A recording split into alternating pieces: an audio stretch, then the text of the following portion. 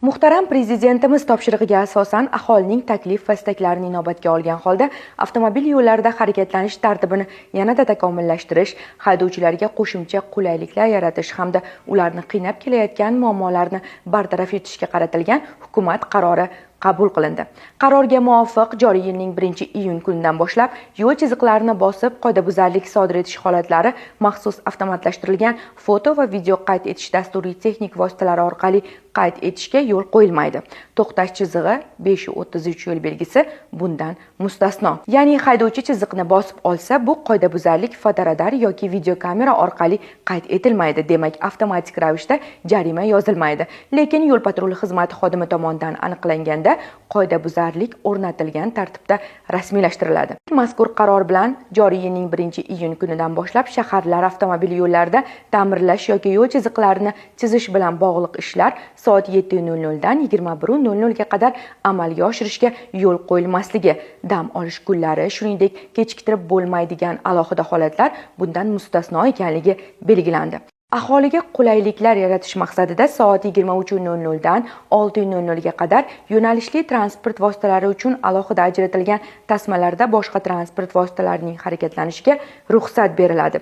Demak, shu vaqtlarda avtobuslar uchun ajratilgan A tasmalarda boshqa transport vositalarining harakatlanishi mumkin bo'ladi va bu qoidabuzarlik hisoblanmaydi. O'zgartirishlardan yana biri to'xtash taqiqlangan va to'xtab turish taqiqlangan yo'l belgilarining maqsadga muvofiq o'rnatilganligi nuqtai nazardan to'liq qayta ko'rib chiqiladi, demontaj qilinadi.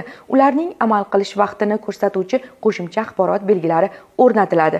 Qaror bilan shu belgilarda ko'rsatilgan amal qilish vaqtidan tashqari vaqtda transport vositalarining tegishlicha to'xtashi hamda to'xtab turishiga ruxsat beriladi. Bugungi kunda yo'llardan kesib o'tuvchi ayrim temir yo'llarda hafta yoki kun davomida vagonlar harakatlanmasa-da, haydovchilar belgi oldida to'xtashga majbur va natijada uzun tirbandliklar yuzaga kelmoqda. Shu munosabat bilan qaror bilan avtomobil yo'llaridan o'tgan ayrim temir yo'l kesishmalarida stop belgilari boshqariluvchi svetoforlarga almashtirilishi ham belgilandi. Shuningdek, qarorga muvofiq Ichki ishlar vazirligi tomonidan 2025-yil yakuniga qadar chorraha va yo'llardagi barcha maxsus texnika vositalari to'liq xatlovdan o'tkaziladi. Xatlov natijalari bo'yicha o'zboshimchalik bilan yoki belgilangan tartibga rioya etmagan holda o'rnatilgan texnik va standart talablariga javob bermaydigan texnika vositalari demontaj qilinadi. Haydovchilar tomonidan tezlikni oshirish holatlari ko'plab kuzatilayotgan hududlarda avtomashinalarning ayni vaqtdagi tezligini ko'rsatib ogohlantiruvchi elektron tablolar o'rnatiladi. Tadbirkorlarning maxsus texnika vositalaridan foydalanishda shaxsga doir ma'lumotlarning xavfsizligini ta'minlash, suiiste'molchiliklarning oldini olish choralari ko'riladi. Sohadagi muhim yangiliklardan biri Prezidentimiz topshirig'iga muvofiq ma'muriy jazolar tizimiga yangi ma'muriy ogohlantirish ta'sir chorasini kiritishni nazarda tutuvchi qonun loyihasi ishlab chiqildi.